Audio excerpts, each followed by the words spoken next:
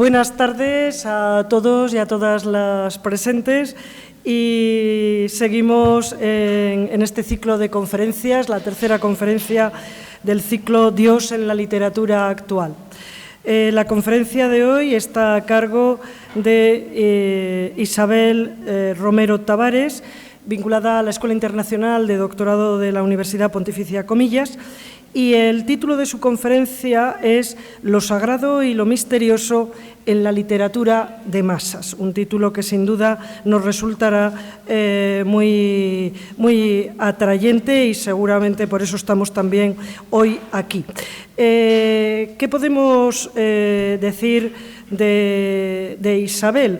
Bueno, pues seguramente muchas cosas. Lo primero, decir que Isabel lleva mucho tiempo interesada por analizar la pervivencia de la narración mítica en los relatos contemporáneos, sean literarios o cinematográficos, incluyendo las series televisivas. Ha publicado varios libros y artículos sobre este tema. Este interés de Isabel se le despertó a raíz de la investigación en su tesis doctoral que defendió en la Universidad de Sevilla. Podría decirse que para ella esta es una clave para comprender mejor los relatos que nos llegan, contextualizándolos a la vez de la comprensión, ¿no? Y entendiéndolos como productos culturales que al mismo tiempo entroncan con las raíces del patrimonio humano. Isabel tiene una larga trayectoria también en publicaciones y también en publicaciones tanto de artículos como de libros. Voy a recordar algunos de los dos últimos libros que seguramente a algunos les pueden interesar. Uno de ellos, En el corazón del mito, la dimensión espiritual del Señor de los Anillos. Y recientemente, en el 2022, acaba de publicar Educar con Harry Potter. Bueno, pues hoy tenemos este regalo de escucharla en algo que ella maneja, disfruta y nos hará disfrutar también esta tarde. Isabel Romero también es miembro de la institución teresiana y, bueno, pues también vinculada desde el afecto y desde lo que supone también el impulso de la Cátedra San Pedro Poveda que tenemos en la Facultad de Teología y con la Universidad Pontificia de Salamanca. Así que, Isabel, cuando tú quieras, te escuchamos. Pues muchísimas gracias. Para mí es un honor, ¿no?, estar en esta casa y entre estas paredes, pues haciendo mi pequeña aportación, ¿no?, a este ciclo. Que, bueno, pues soy consciente de que el título, pues a lo mejor, bueno, resulta un poquito extraño, ¿no?, en este ciclo de Dios en la literatura, y voy a explicar un poco por qué me decidí por hablar de este tema, ¿no?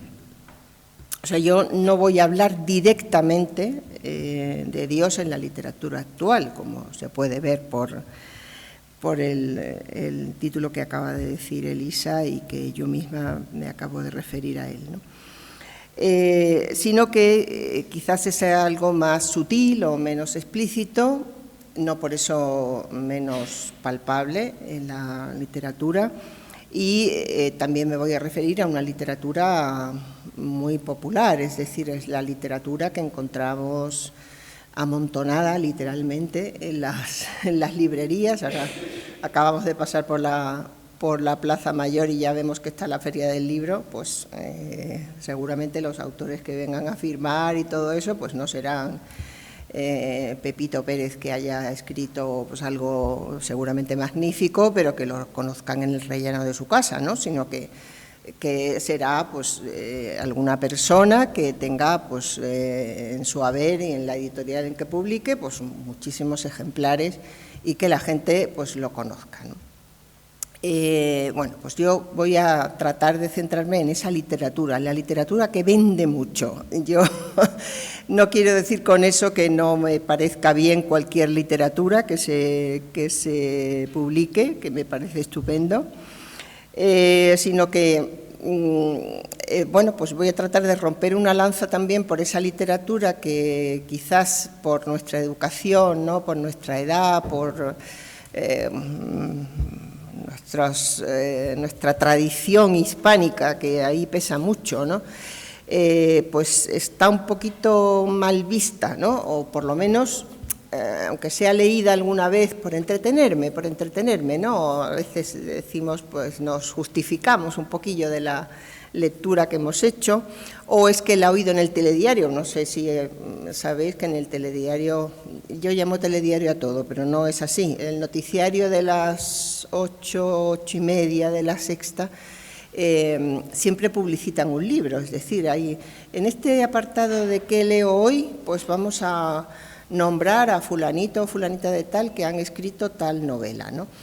Pues evidentemente la editorial correspondiente ha pagado lo suyo para que esto aparezca en el noticiario de una cadena nacional, ¿no? Yo me quedo un poco asombrada, ¿no?, de eso, pero lo que estoy segura es de que esta autora o este autor van a recoger, y la editorial, por supuesto, van a recoger sus frutos, ¿no? Bueno, yo me gustaría moverme un poquito por esa literatura en que en nuestros ambientes en general no se habla, a ver qué recogemos de ahí, ¿no?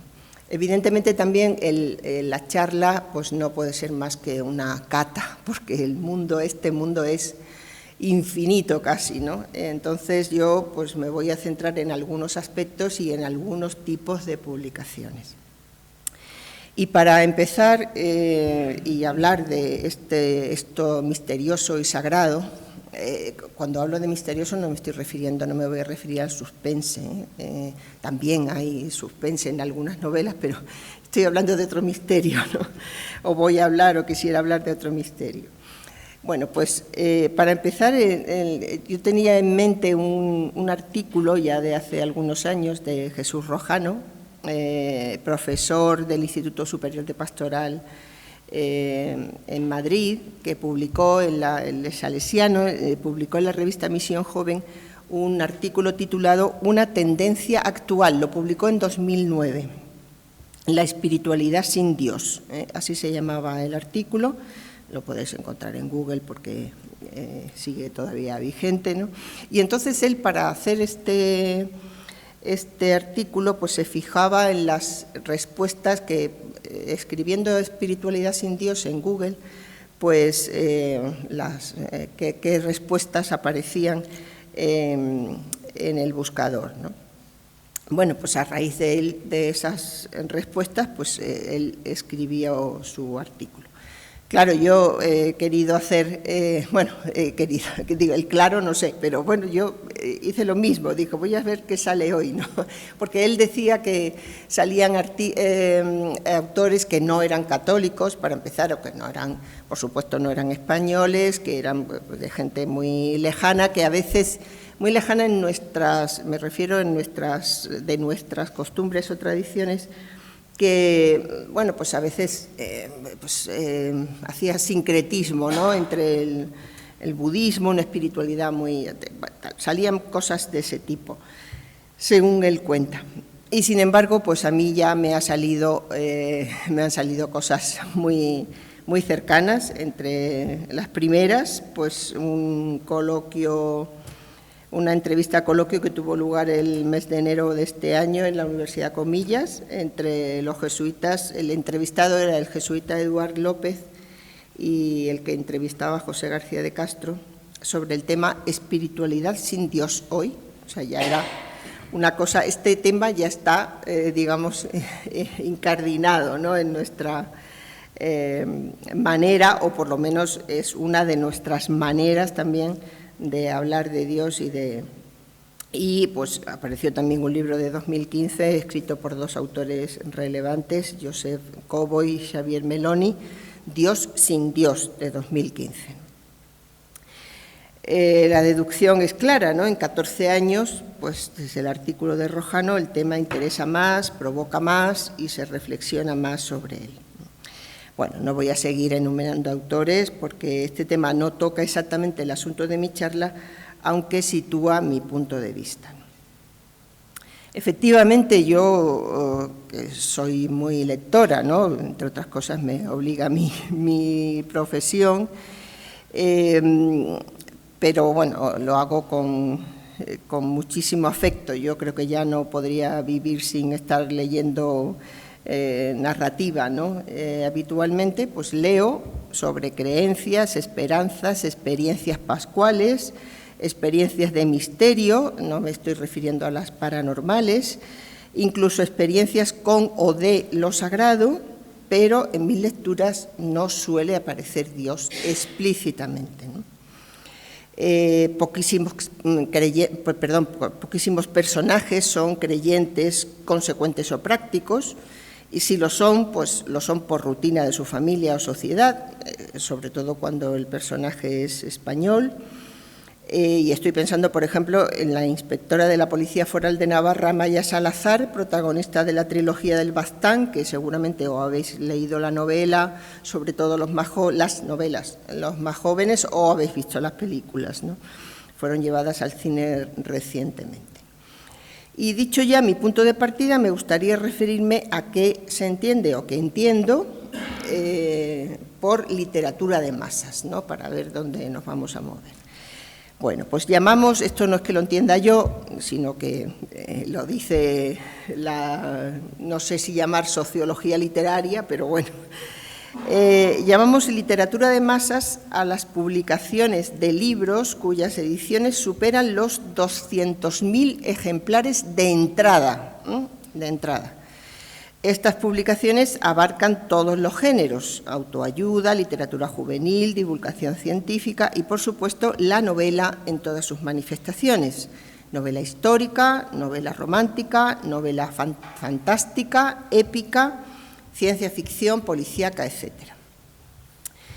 Bueno, es muy difícil que un autor de primeras, a no ser que haya ganado un premio, por ejemplo El Planeta, pues de entrada publique 200.000 ejemplares. Lo normal es que sean unos pocos menos y, digamos, si vende, ¿verdad?, pues la editorial vaya haciendo crecer, ¿no?, la tirada de ejemplares. Pero en todos estos géneros, pues yo me voy a fijar especialmente en los novelescos. Cuando antes decía amontonada, que los libros estaban amontonados, y decía literalmente, pues me refiero a que, bueno, pues si vamos a unos grandes almacenes o vamos a pues, las mesas de libros, ¿no?, novedades, un cerro aquí, otro cerro aquí, ¿no? De manera que tú coges el libro y te lo llevas a la caja y es reemplazado por otros 2 o 3 para que el cerro no disminuya, ¿no? Entonces, estas publicaciones, en general, me refiero ahora a la novela, no suelen gozar de la bendición de los críticos. Es decir, esto ya hace mucho que este debate surge. Cuando digo mucho, ahora os vais a asombrar de hace cuánto. Pero bueno, estas publicaciones se han convertido en muchos países en un auténtico fenómeno social que se encuadra en un nivel llamado subliteratura, estoy hablando siempre desde el punto de vista crítico literario. ¿Y por qué se llama subliteratura? Porque se encuadra a menudo en el ámbito del consumo popular, ¿no? Y muchos críticos consideran que se publican textos que solo tienen un barniz literario, bajo el cual no se encuentran ni destreza, ni profundidad, ni originalidad, ni estilo, ni creación, etc. Estoy acordándome de un crítico ya fallecido en 2019, Harold Bloom, que seguramente conoceréis al menos de oída, que era un agresivo defensor. Cuando digo agresivo defensor es porque se ponía muy bravo. Él era estadounidense y defendía el canon occidental, así se llama uno de sus libros más famosos, que bueno, era un canon que él había construido. En ese canon occidental, pues Cervantes ocupaba un sitio, por ejemplo, muy pequeñito, ¿no? Y Shakespeare era, bueno, pues el centro del canon, ¿no?, literalmente dicho por él, ¿no? Bueno, pues en esto evidentemente yo estoy en desacuerdo, o estaba en desacuerdo con él, pero sabiendo que esto del canon pues resulta bastante subjetivo, porque son muchos factores los que lo componen, no teníamos más remedio que contar, ¿no?, con su opinión. Varios autores se plantean qué mecanismos hacen posible que un libro se convierta en un bestseller. Y aunque es verdad que en su éxito pueden influir factores socioeconómicos, publicitarios, hay que pensar también que el texto escrito en sí mismo considerado tiene fundamental importancia. Perdonad, porque se me ha ido la página. Fundamental importancia a la hora de convertirse en masivo objeto de deseo. Es decir, yo lo que nos invito es a situarnos desde el punto de vista del lector. O sea, ¿por qué compro este libro? Me han dicho que está muy bien, hay gente amiga que me ha dicho, oye, no te lo pierdas, no te voy a hacer spoiler, miles de motivos que nos puede. Me encanta este autor, me gusta mucho cómo escribe, ya he leído algo de él, bueno. Pero bueno, no olvidemos y hagamos también un poquito de pensamiento crítico que al lado de Agatha Christie, por ejemplo, ¿no?, a cuyas novelas nunca se les ha concedido un valor literario propiamente dicho, a pesar de ser una autora clásica, nos encontramos 100 años de soledad o Memorias de Adriano, del año 51, que también tuvo pues unas enormes tiradas, tuvieron estos libros, y que son de indudable valor narrativo o estilístico. No vamos a profundizar más en este análisis, que requeriría exponer muchos factores más, pero a mí me gusta sacar a colación el ejemplo del Quijote, de un libro de hace 5 siglos, que fue publicado y difundido como libro popular, como lo expresa el propio autor en el capítulo 3 de la segunda parte. Me vais a permitir esta cita. Hablando el bachiller Sansón Carrasco de El Quijote primera parte, en uno de estos juegos literarios tan cervantinos, ¿no? Cervantes coge la primera parte y la analiza en la segunda, ¿no? Dice Sansón Carrasco que esa primera parte es tan clara que no hay cosa que dificultar en ella. Los niños la manosean, los mozos la leen, los hombres la entienden y los viejos la celebran. Y finalmente es tan trillada y tan leída y tan sabida de todo género de gentes que apenas han visto algún rocín flaco cuando dicen allá va Rocinante. Y los que más se han dado a su lectura son los pajes, los criados. No hay antecámara de señor donde no se halle un Don Quijote. Unos le toman, si otros le dejan, estos le embisten y aquellos le piden, ¿no? Finalmente, la tal historia es del más gustoso y menos perjudicial entretenimiento que hasta ahora se haya visto, porque en toda ella no se descubre ni por semejas una palabra deshonesta ni un pensamiento menos que católico. ¿Vale? Bueno, pues esto es la literatura de masas, ¿no? Cervantes hace una magnífica descripción de su obra como literatura popular, que para eso fue escrita y pensada. Evidentemente no podemos calificarla de masas, aunque me contradiga, porque el índice de analfabetismo entonces era tremendo, ¿no? Pero en 1615, fecha de la publicación de la segunda parte, está claro que el libro en su primera parte ha calado en el imaginario popular, ¿no? Esto que dice de la palabra deshonesta y el pensamiento menos que católico, pues se hace se hace con referencia a los criterios con los que la Inquisición analizaba los libros impresos, ¿no? Sabemos que en el Quijote hay escenas picantes que se permiten por el desvarío mental de su protagonista, y también otras en las que se exaltan ideales erasmistas que eran pasables sin duda por ignorancia del censor, ¿no? Bueno, los diálogos propiamente religiosos suelen ser, y ahora ya entro un poquito también en el tema, suelen ser desconocidos, ¿no? Por ejemplo, todo el mundo sabe que Don Quijote confunde los molinos con gigantes, que se cree un caballero andante, que se ha enamorado de una dama inexistente, que en realidad es una moza de la vecindad experta en capar cerdos, pero no se suele conocer que nuestro hidalgo es un hombre que vive una vocación dentro de su, no sé cómo llamarlo, ¿no?, de su obsesión, ¿no? Según él, los caballeros somos, se lo dice a Sancho, somos ministros de Dios en la tierra, y vive sus andanzas como una vocación equiparable a la religiosa, y dice religión, o sea, es decir, vocación religiosa, no dice religión en el sentido de una confesión, religión es la caballería, ¿no? ¿Por qué ahora no pensamos que el Quijote es un libro popular, ¿no? Ahora pensamos que el Quijote es un libro erudito, difícil de leer, casi inasequible al gran público, ¿no? Esto pasó porque el siglo XVIII, con la Ilustración, lo consideró así y despreció todo lo popular como carente de valor y hasta nuestros días, podríamos decir, ¿no? Personalmente, creo que todavía no hemos terminado de superar este prejuicio. Volvemos a nuestra época. A pesar de que muchos de los bestsellers contemporáneos han llegado a serlo gracias a una buena campaña publicitaria y de promoción, un ejemplo sería 50 sombras de Grey, por ejemplo, hace unos años, pues fue, bueno, pues yo no las leí ya por, no sé cómo decir, me empeñé en no leerlas porque era una especie de machaconería que desde luego no me atraía nada, ¿no? Y desde luego estoy con los críticos en que no era ninguna obra maestra, pues otras novelas fueron menospreciadas en la época de su publicación, precisamente por la cantidad de ejemplares vendidos, ¿no? Modelo paradigmático de esto, porque esto empieza a ser así en el siglo XIX, con las novelas por entregas.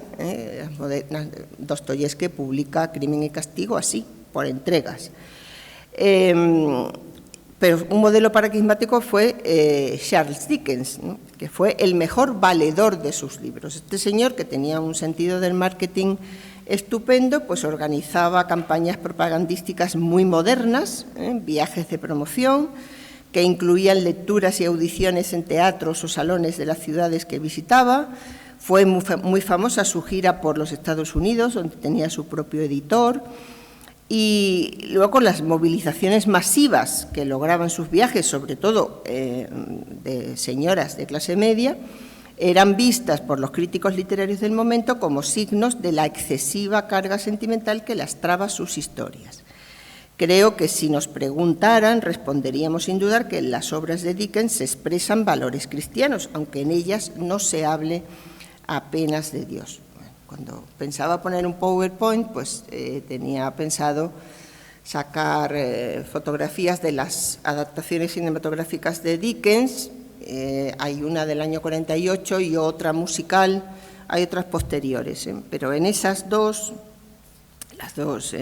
pues en esas dos aparece la escena del comedor en la que el niño va a pedir más en el orfanato, en el asilo donde está, va a pedir más comida, ¿no? Y el comedor está presidido por una frase en inglés: Dios es amor, ¿no? Nada más ver esa frase y ver la miseria en la que viven los niños, el choque, ¿no?, yo creo que es suficiente, ¿no?, para hacernos caer en la cuenta de la crítica implícita en la novela, ¿no?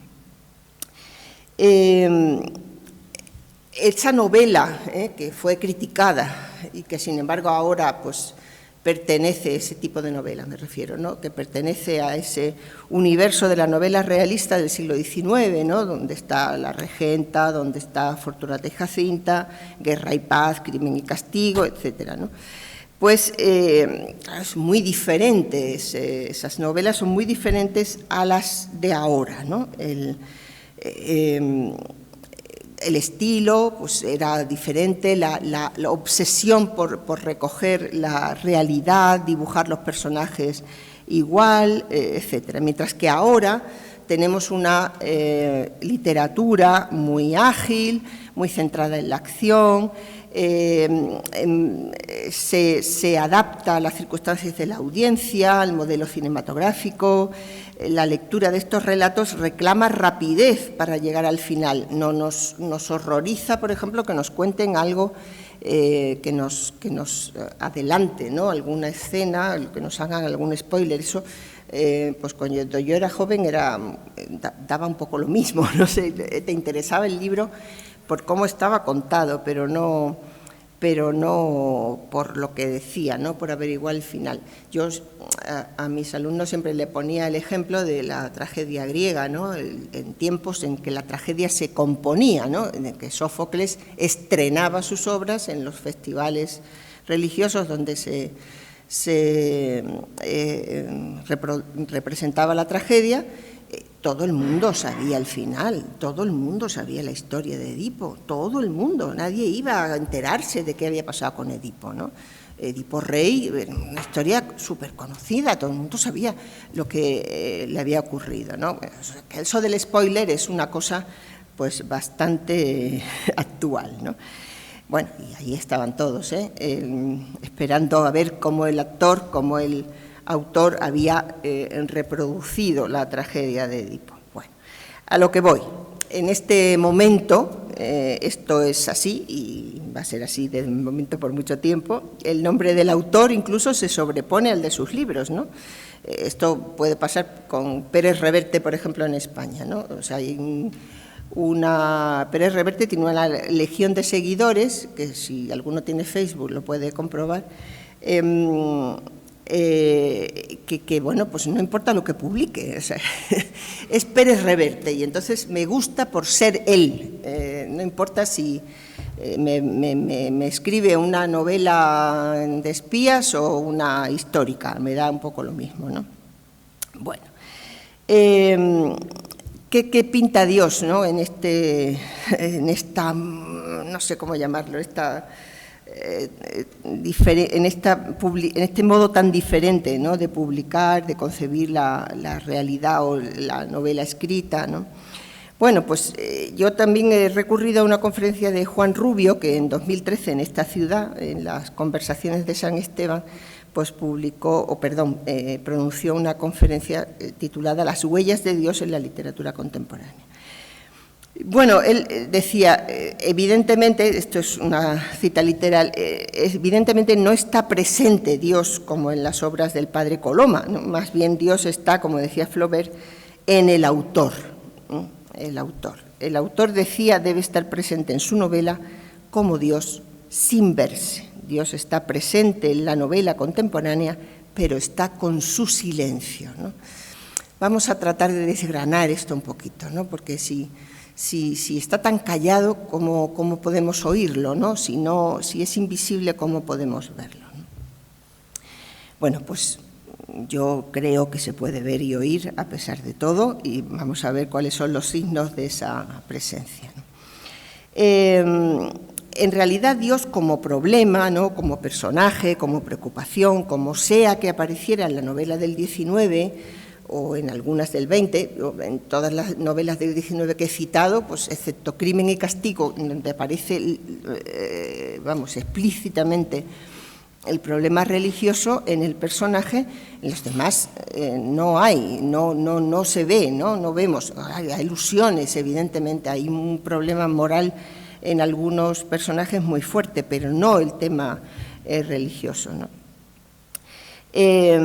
Pero esa novela, lo que diferencia a esa novela de nosotros es el concepto de realidad, ¿no? Si para la novela moderna del 19 era preciso reflejar exactamente la realidad, la narrativa posmoderna actual hará lo propio desde la percepción actual de la realidad. Lo real, lo contingente, es fragmentación ahora, es caos, ¿no? Y la novela realista colocaba al sujeto como centro del argumento, pero la posmodernidad percibe también la propia subjetividad como caos. Ya no se trata solo de cómo puedo yo conocer el mundo, penetrarlo, reorganizarlo, sino de cómo me enfrento a él, vivo en él, una vez asumida la imposibilidad de cualquier explicación, ¿no? Por tanto, en este momento, ¿no?, tan fragmentado, ¿no? La fragmentación del momento ya está, bueno, muy analizada y muy escrita. Pues la novela no hace más que expresar esta doble ruptura, la del mundo y la del yo. ¿Quién se siente ajeno a esta experiencia, ¿no? Fragmentación, heterogeneidad, confusión, símbolo, intercambio significativo, pero sobre todo muchas veces incapacidad de distinguir entre lo real y lo ficticio.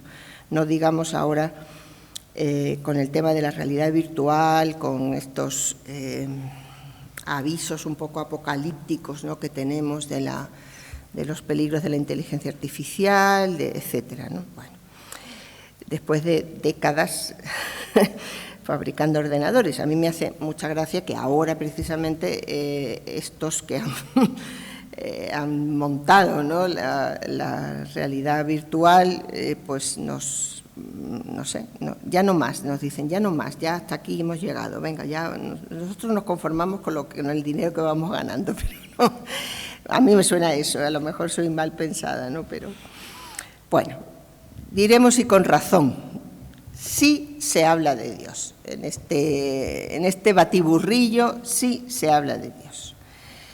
En algunos momentos y en algunas, y voy a utilizar indistintamente el ejemplo cinematográfico del literario, por ejemplo, en la serie británica Broken de 2017, producida por la BBC, tiene un tema explícitamente religioso, la historia conflictiva de un sacerdote católico en una localidad del norte de Inglaterra. El director estadounidense Terrence Malick hace películas sobre este tipo. La última precisamente se llama Vida oculta, estrenada en 2019, y cuenta la historia real de un matrimonio austriaco católico con 3 hijas que deciden ser fieles a Dios porque consideran que Adolf Hitler, que se ha anexionado a Austria en marzo de 1938, es diabólico. Y su movimiento, el nazismo, igual. Está negando a Dios y sometiéndose al diablo. Ellos no quieren ser cómplices y, por tanto, deciden no, como parafraseando al mito de San Miguel, deciden no servir, no serviré. Esto le cuesta al marido, al hombre, le cuesta pues mucho. De hecho, él muere en 1943, ¿no? La historia, que es de los años 30, una historia real, con personajes reales. Ahora veremos también el tipo de personajes que ahora nos gusta, que es, bueno, pues una tesela del mosaico. No nos gusta el mosaico entero. Esa tesela fue importantísima en aquel momento. Me da igual la importancia que tuviera. Ahora para mí es importante, ¿no? Esto es muy de la novela y del cine contemporáneo. La historia de los años 30, como digo, ¿no? Pero no conozco a nadie que haya visto la película que no le haya hecho pensar y tal vez rezar, ¿no?, un poco más. La película Silencio, de Martin Scorsese, de 2016. La trama se remonta al siglo XVII, a los jesuitas, la persecución, la represión. Dioses y hombres, ¿no?, el hecho real ocurrió en 1996, antes de ayer, en un monasterio trapense de Argelia. En 2010 se estrenó la película, que desde mi punto de vista creo que cinematográficamente, bueno, tuvo muchos reconocimientos y muchos premios, ¿no?, pero me parece que es un regalo esta película. Y hay más historias, más conflictos, más, no sé cómo decir, expresiones, ¿no?, del qué hago yo ahora, ¿no? Es decir, si oímos historias, yo he tenido la suerte, no sé si suerte de escucharlo, porque desde luego ponen los pelos de punta, ¿no?, alguna experiencia de los cristianos de Irak o Siria, se parecen mucho, ¿no?, a estos relatos, ¿no? Y te das cuenta de que la afectación, ¿no?, de estas personas en su núcleo de conciencia, en lo que creen, en su creencia, les hace jugarse la vida, ¿no? Bien, pues esto sería como lo explícito, ¿no? Ahora vamos a esto que dice el título de lo misterioso y voy a pasar ya muy rápidamente para que podamos hablar, ¿no? Novela histórica. Tenemos un género o un subgénero, la novela histórica, que es como toda la novela actual o gran parte de estas novelas actuales, se fija en personajes muy secundarios, es decir, o si se fija en personajes relevantes, se fija en épocas de su vida o en hechos que fueron prácticamente insignificantes y que desde luego no leemos en los libros de historia, ¿no? Bueno, pues, ¿qué pasa, ¿no? con este tipo de novela? Bueno, a veces lo que hace el director, por ejemplo, El reino de los cielos, de Ridley Scott, de 2005. Cruzadas, la segunda cruzada creo que se refiere, siglo XII. Bueno, pues un herrero que encuentra a su padre, que luego pues su madre se suicida y que entonces él pierde la fe. Empezamos con el rechinar. Bueno, una tendencia actual es, y sobre todo de este director, de Ridley Scott, es aplicar el modelo del siglo XXI a lo que sea, al gladiador del siglo III o IV o al cruzado del siglo XII, ¿no? ¿Qué sucede? Pues que hay anacronismos que no se pueden resolver. ¿Por qué? Porque el cruzado te cuenta una no sé cómo decir, hace un panegírico, ¿no?, de la paz y de todo esto que, bueno, yo creo que era impensable que alguien en la Edad Media, en Palestina, en las cruzadas pensase así. Está claro que hablamos de lo que nosotros pensamos, ¿no? Esto, desde un punto de vista meramente histórico, sería algo aberrante, pero necesitamos tener los paradigmas muy claros, ¿no?, para entender lo que se está haciendo. Otra película, sin embargo, que es más, nos llega más, ¿no? 2016, la película Figuras ocultas, que cuenta el papel relevante que tuvo Katherine Johnson y el grupo de mujeres negras que hicieron los cálculos para los proyectos espaciales de la NASA en los años 60, ¿no? Es una delicia de película que no te quita nada de la dureza de estas mujeres, ¿no?, en aquellos años, haciendo un trabajo por el que no eran ni bien pagadas ni bien reconocidas, y cómo ellas, bueno, a mí me encanta además la escena en la iglesia, ¿no?, cuando el reverendo, el pastor, las pone de ejemplo y dice que gracias a ella, pues a ellas Dios se está haciendo presente en la comunidad, ¿no? Bueno, pues hasta El último hombre, que también lo he citado, ¿no?, de Mel Gibson, un relato religioso que cuenta una historia real, el soldado que quería ir a la guerra del Pacífico como sanitario sin llevar armas porque su fe cristiana se lo impedía, ¿no? También a lo mejor la habréis visto y no suena raro, ¿no? Novelas de misterio, terror, fantástica, bueno, pues aquí es donde está la mayor, digamos, aportación, ¿no?, de esta tendencia en que Dios aparece pero no se le nota, ¿no?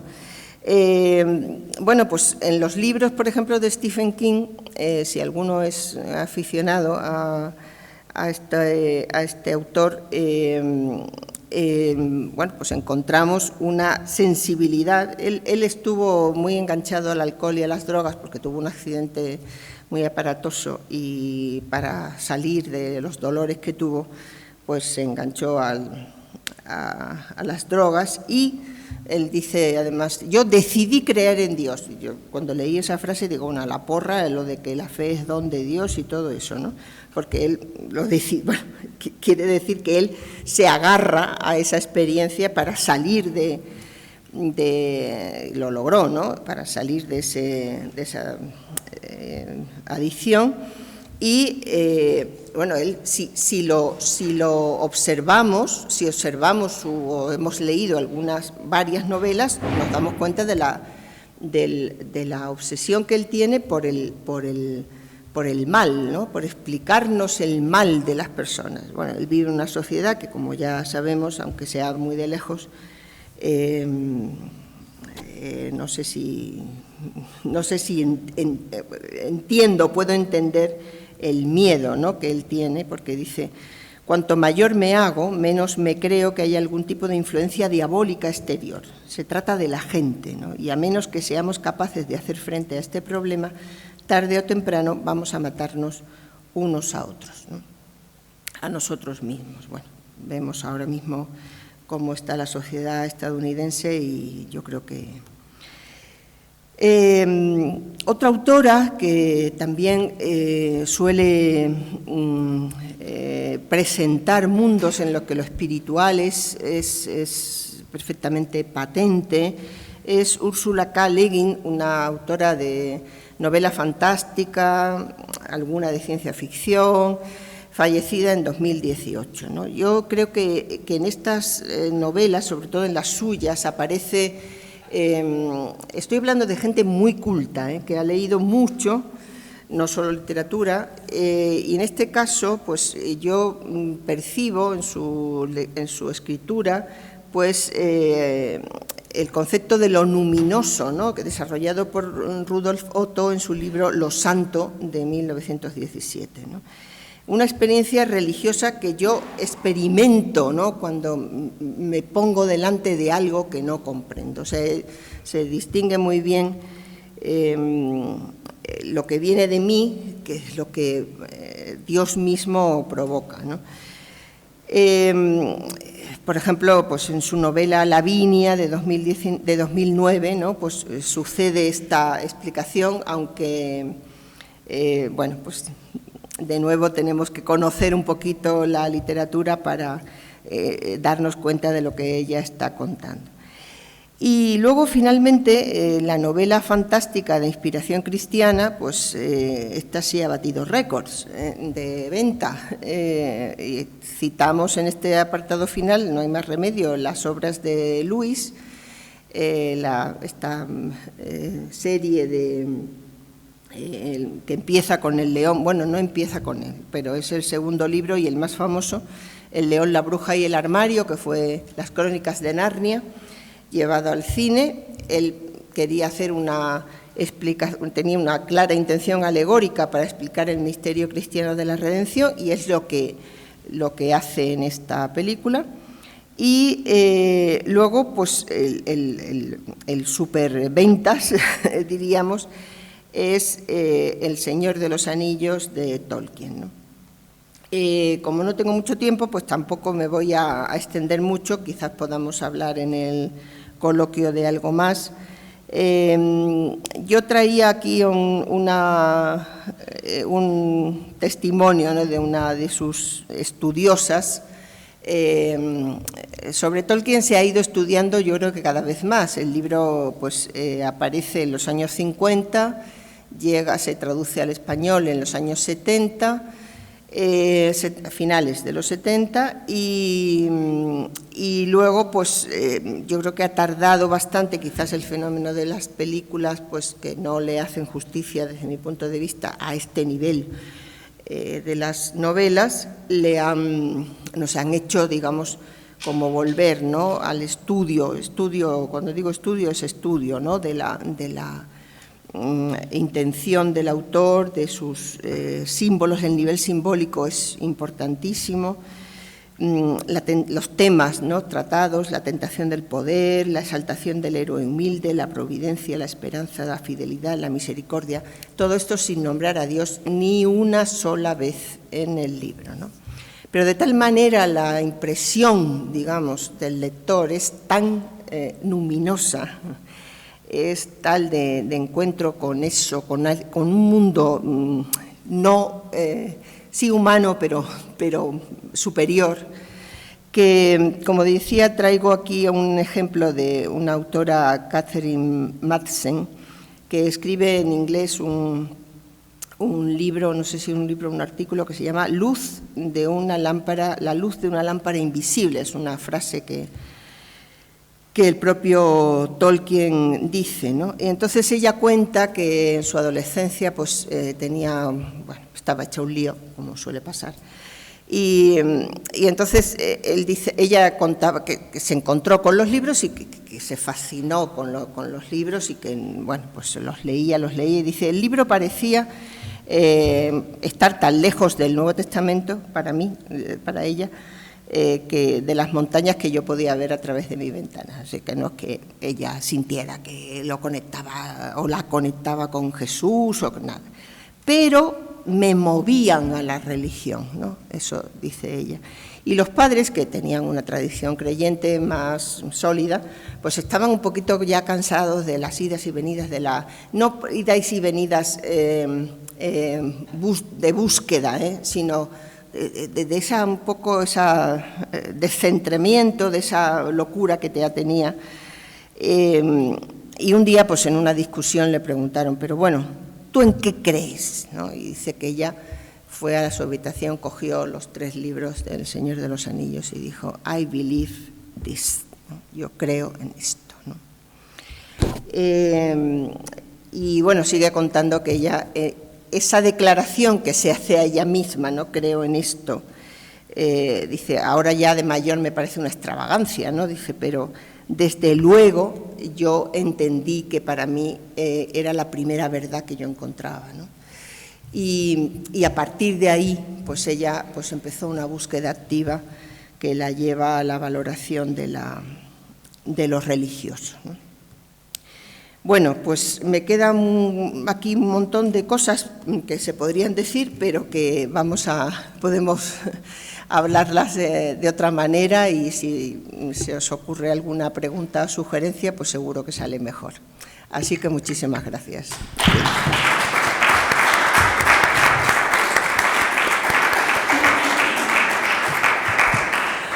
Bien, pues muchas gracias, Isabel, por tu conferencia y por todo lo que en ella nos has comunicado. Y abrimos un espacio de diálogo, a un espacio como al que ella misma nos invita, en el que podamos dialogar sobre algunas de las cuestiones que ella ha planteado, o bien de algunas de las preguntas que, al hilo de la temática que ella ha traído, se nos puedan venir a cada uno de nosotros. Pues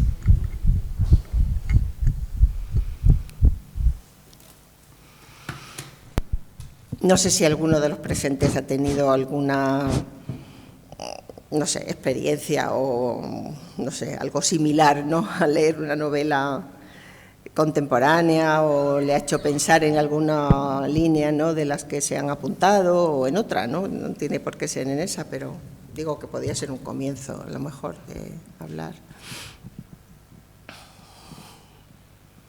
Que esto da un poquito de vergüenza al principio, pero... Yo te digo una. Sí. Cuando leí por primera vez El Santo Bebedor, no entendí nada. Y dije, ¿de qué está hablando? La segunda vez que lo leí, unos años después, me conmocionó. Claro. Sí, sí. Esa novela me parece en este sentido. Gracias. Pero me gustaría hacerte una pregunta.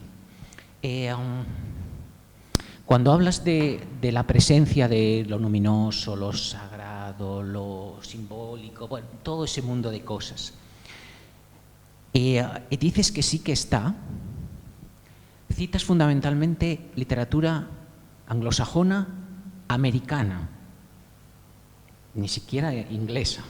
Sí, bueno, Tolkien y Lewis son digo ingleses, de la última, pero bueno, sí, y sí. Ciertamente se podrían poner muchos más ejemplos especialmente densos, ¿no?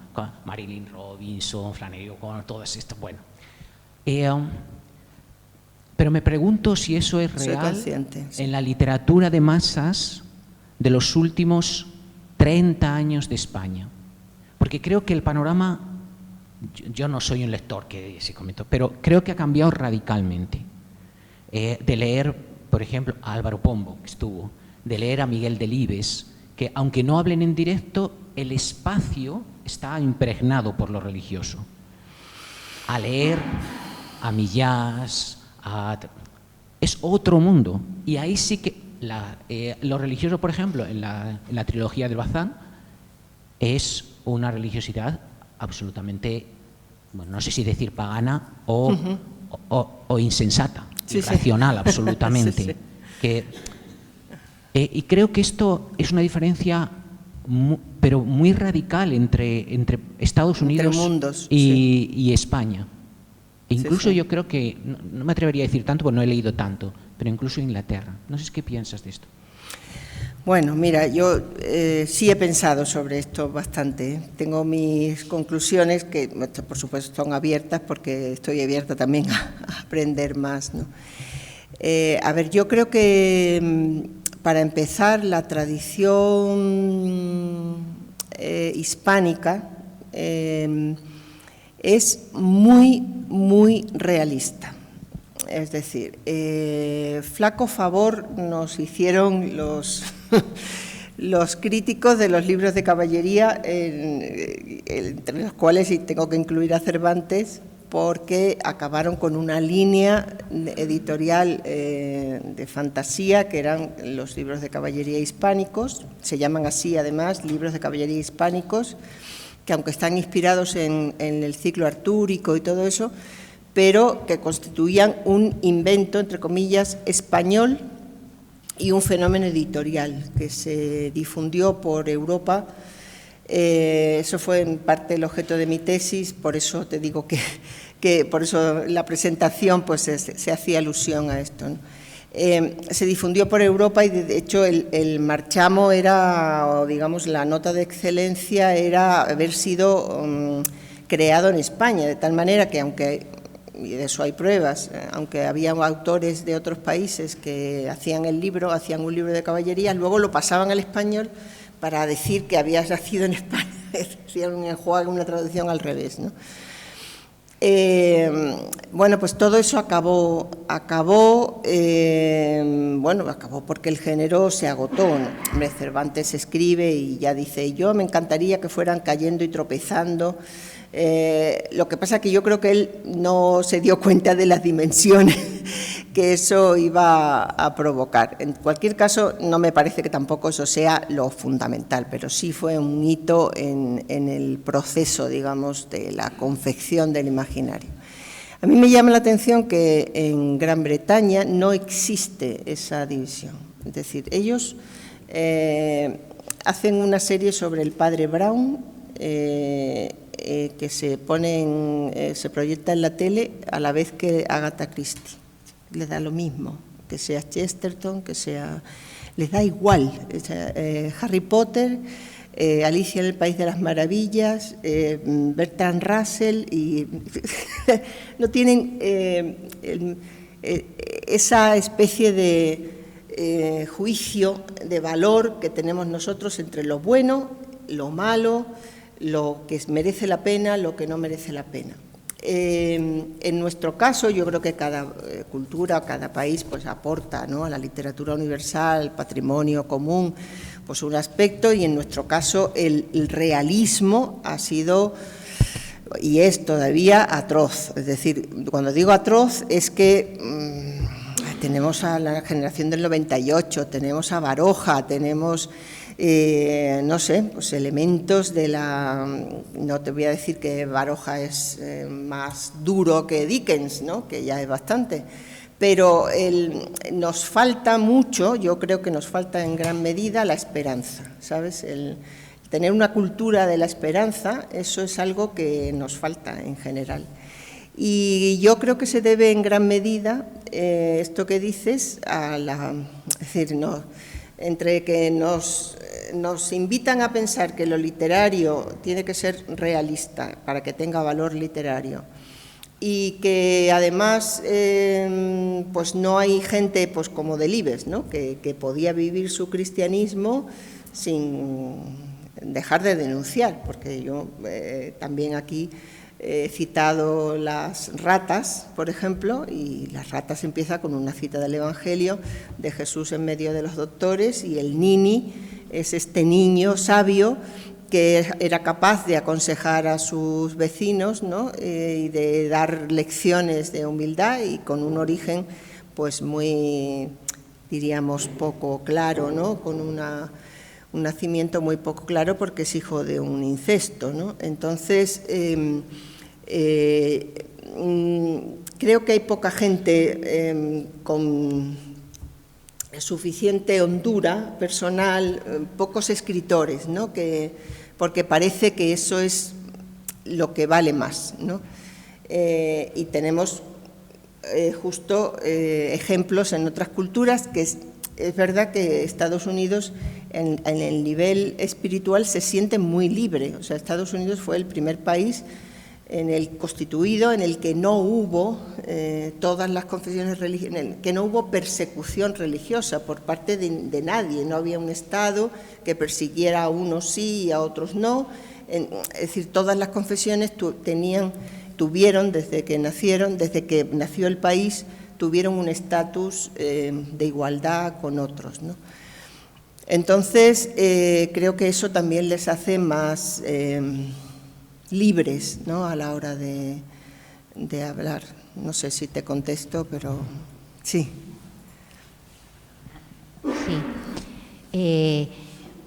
Que yo creo esto que dices, Isabel, lo del realismo, pero hoy pienso también que en la novela, cuando empieza a hacerse el género novela en el siglo XIX, sobre todo con Galdós, ahí sí que aparecen novelas donde esas novelas que se llaman de la corriente espiritualista, como Nazarín, por ejemplo, o Misericordia, a lo mejor para hacer la crítica al cristianismo tradicional que se vivía, pero sí tienen una densidad religiosa. Y, por ejemplo, San Manuel Bueno Mártir de Unamuno, para planteártelo como problema, pero eso sí que tiene una densidad enorme. Y, o sea, que yo ahí creo que en esa novelística. Luego, en lo de El árbol de la... Baroja, yo sí que pienso que es muchísimo más desesperanzador que Dickens, porque El árbol de la ciencia a mí me pareció un libro completamente demoledor, frío, o sea, narrativamente interesante, y los problemas que plantea desde el punto de vista científico interesante, pero me pareció, desde el punto de vista de la esperanza, me pareció demoledor. Y luego sí que creo que dentro del realismo de los años 50 sí que hay también estos autores, pero sobre todo Delibes, que es profundamente cristiano, porque Delibes era profundamente cristiano, y sí. Y yo creo que es que en la novelística actual vivimos la atmósfera cultural que se respira en España, en que el tema religioso no es políticamente correcto, y cualquier persona que se declare cristiana es como algo muy pasado. Por tanto, y que la cultura, lo que entendemos, a mí me parece, es un punto de vista muy personal, pero que lo que entendemos por la cultura, así un poquito más, vamos a decir, cualificada, ahí la presencia del mundo cristiano o de pensadores cristianos, yo he hecho mucha falta, como que no, y entonces eso se refleja en el cine, aunque haya grandes películas, ¿no? Con otro lenguaje, a lo mejor menos explícito y más implícito, pero que vivimos una cultura en España de mucha indiferencia, chocante. Por una parte hay unas manifestaciones populares religiosas muy explícitas, lo vemos en las Semanas Santas, pero en el mundo un poquito más intelectual y cultural hay grandes temáticas que las podemos ver, humanísticas, en Las Vestas o en películas como estas, pero el tema religioso de fondo que puede plantear esto que has dicho, el silencio, lo de los jesuitas, que es un tema, a mí me parece profundísimo, pero difícil de captar, eso no se percibe.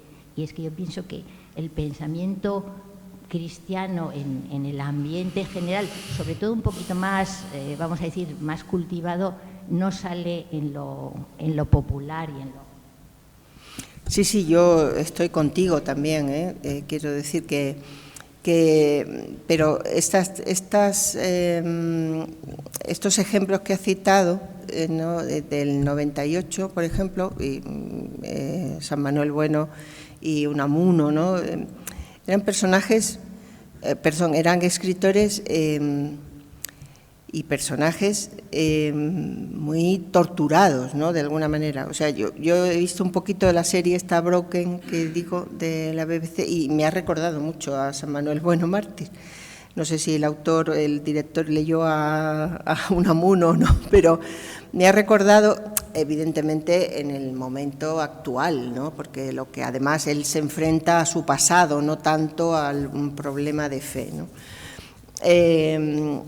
Pero yo creo precisamente que en este debate, digamos, que ya presenta el 98, ¿no?, entre la tradición y la modernidad y sobre todo el árbol de la ciencia que tiene a Schopenhauer debajo, o sea, ya si entramos en la filosofía que hay debajo de los escritores, que eso sería para otro ciclo,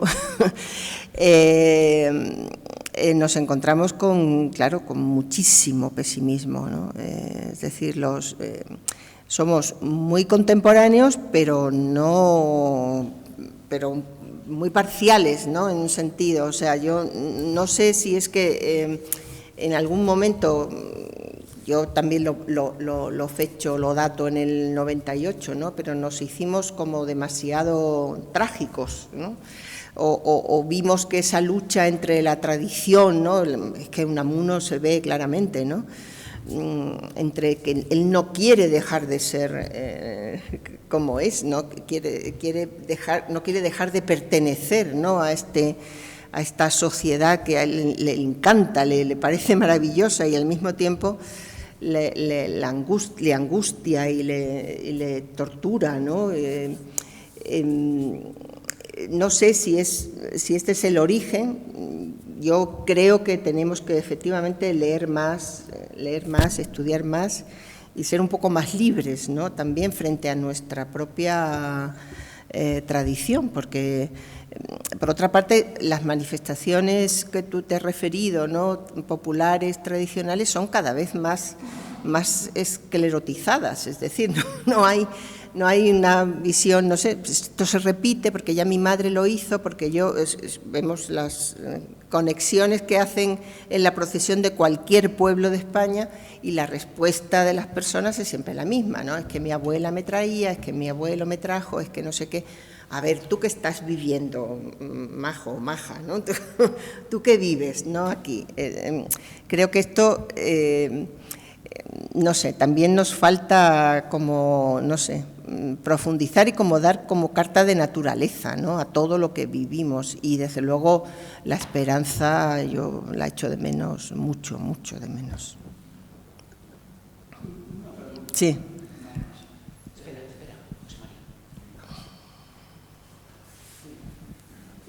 Muchas gracias por la conferencia, porque yo no soy muy lector de novelas.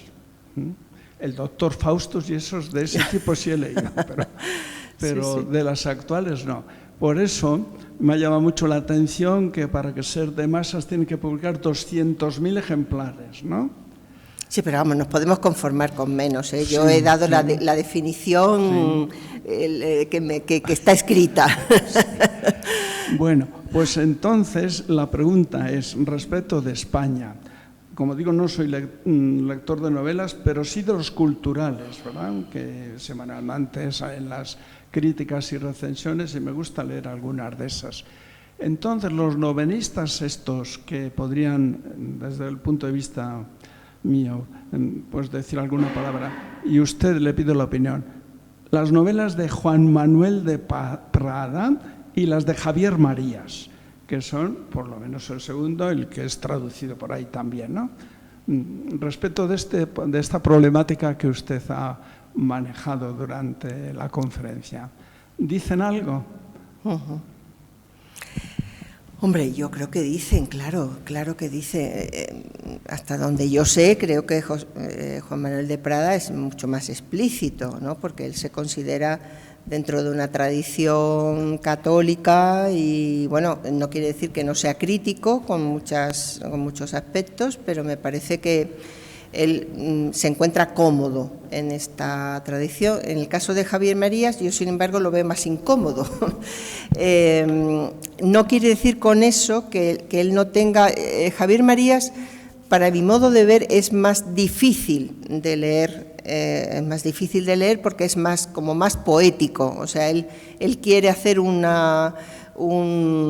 estilo, quiere como renovar el estilo novelístico, se fija mucho en la metáfora, en el símbolo. No hemos hablado de nada del símbolo y yo creo que ahí tenemos también una carencia muy grande en la sociedad en general. O sea, la imagen está sustituyendo el símbolo y, sin embargo, la literatura se hace de símbolos, como por otra parte también el cine, en gran medida también utiliza símbolos y no sabemos leerlos, no sabemos, sobre todo la gente más joven, no, por ejemplo, que un personaje, ¿no?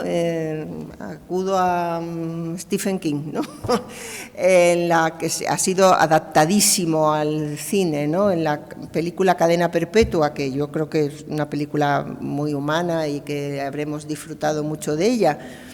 Cuando sale de la cárcel, que sale a través de las alcantarillas, ¿no? Pues hay que imaginarse con perdón, la mierda, ¿no? Que arrastra a este hombre, ¿no? Cuando sale está lloviendo, ¿no? Esa escena en que él abre los brazos y recibe el agua es absolutamente una metáfora de la purificación preciosa, ¿no? Yo creo que eso no es claro, no es algo que se lea claramente, que se vea, ¿no? En el espectador, no capta la profundidad de esa metáfora, ¿no? Y yo creo que a Javier Marías le pasa un poco esto, ¿no? Entre su origen más filosófico, más poético. A mí lo que he leído de Javier Marías me ha gustado, pero reconozco que me resulta un poquito inalcanzable a la hora de... o sea, me gusta, lo recuerdo, me parece que tiene un estilo muy bonito, muy cuidado, pero me falta como un poco de no sé, como de frescura, si quieres. A lo mejor es una opinión muy personal, pero hay otros autores que me resultan menos, estilísticamente menos cuidados y sin embargo me llegan más, ¿no?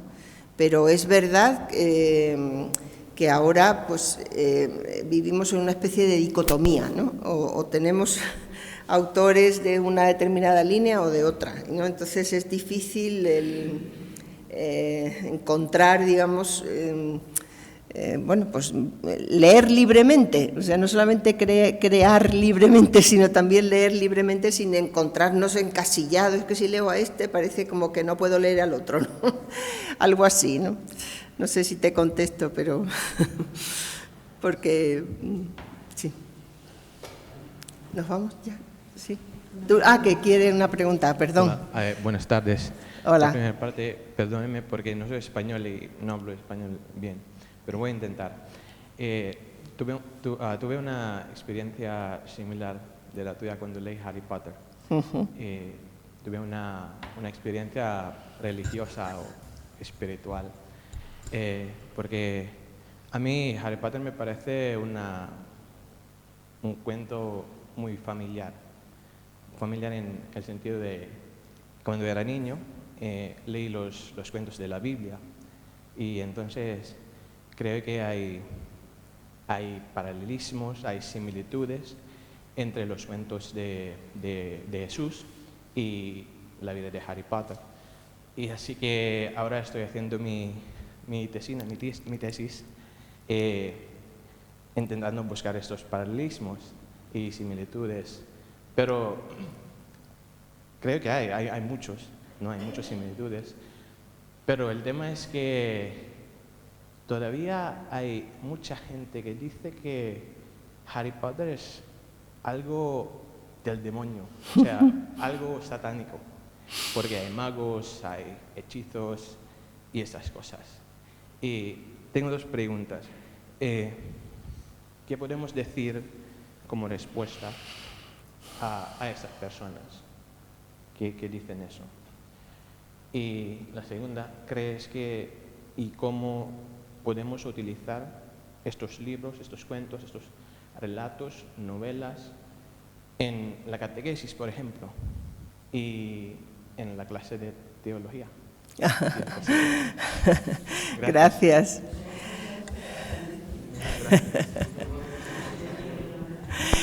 Bueno, pues mira, me pillas que como se acaba de publicar el libro de Harry Potter, siento no tener ninguno aquí para regalarte, porque creo que podrías encontrar bastante material en esto.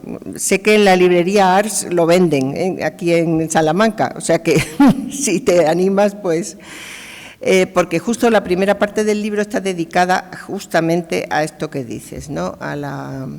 A la crítica que se hizo de la supuesta malignidad de los escritos, precisamente por contener, bueno, pues, pero no algún personaje de la Iglesia Católica también no fue un pensamiento de la Iglesia Católica en general.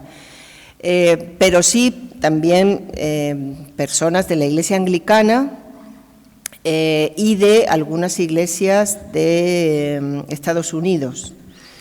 Y también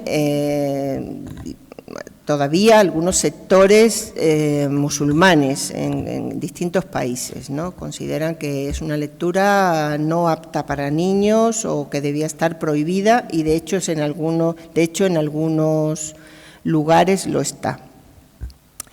A ver, más allá de la controversia que se generó, el libro, la conclusión, digamos, de la intención de la autora, que es cristiana, pertenece a la Iglesia de Escocia, y es cristiana practicante, es decir, que no es que estemos hablando de una persona, no sé, es una persona tremendamente culta, es decir, que ella cita el Nuevo Testamento, habrás visto, ¿no?, que hay citas, sobre todo en el séptimo libro, hay citas de San Pablo y del Nuevo Testamento que no aparecen como tales, pero sí, digamos, en la tumba de los padres de Harry, pues está la inscripción de San Pablo. El último enemigo en ser vencido será la muerte, ¿no? Bueno, ella además tiene en algunas entrevistas que se le pregunta directamente por esto, y dice que claro, que a ella le interesa mucho, primero, no hacer explícito esta dimensión, sino dejarla más bien a la sensibilidad del lector, pero por otra parte, lo que tú dices, o sea, hay tal paralelismo, ¿no?, paralelismo. Cuando digo paralelismo no me refiero a que ocurran las mismas cosas, sino que Harry Potter atraviesa una experiencia pascual. Una experiencia pascual. Tú sabes perfectamente a lo que me refiero. Hasta el punto que entiende que tiene que dar la vida, igual que la dieron sus padres, y en este sentido él es un heredero, ¿no?, de estos valores que viven sus padres, ¿no?, y que vivieron sus padres y que a él le transmite. De manera que finalmente, ¿no?, tenemos un libro que supuestamente habla de magia, pero que en realidad de lo que habla es del amor, ¿no?, del poder del amor. Yo creo que esta es la tesis fundamental que se podría manejar a la hora de hablar de este personaje y de hablar de Jesús finalmente, ¿no? Porque aunque no se hace tampoco alusión, y esta es otra crítica que se le hace, que se celebra la Navidad, que se celebra, pero de una manera como se celebra en los colegios, no sé cómo decir, en este sentido es realista la novela, no pretende hacer, no sé, un panegírico, ¿no?, de la cultura cristiana. solo él se da cuenta de la profundidad que tienen sus actos y que van teniendo, porque él también tiene su proceso de crecimiento en el que se va dando cuenta de hasta qué punto, de qué cosas está hecho, ¿no? Como nos damos cuenta todos, ¿no? Llega un momento de madurez en que decimos, pues, como decía un jesuita, pues mi madre me dijo que yo era estupendo, pero me doy cuenta que muy estupendo no soy, ¿no? Pues, en su caso es mucho más alarmante, ¿no? Ese proceso que él tiene, ¿no? hasta darse cuenta de que efectivamente su vida la condicionan sus elecciones y no su naturaleza, ¿no?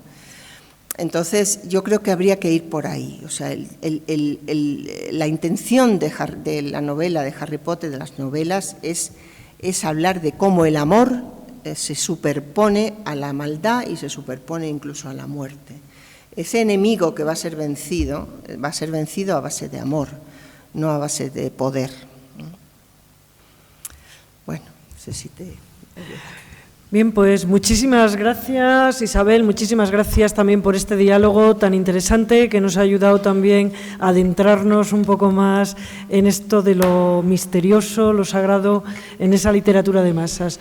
Pues con esto damos por concluido el ciclo de conferencias Dios y la literatura actual. Así que muchas gracias a todos y seguimos.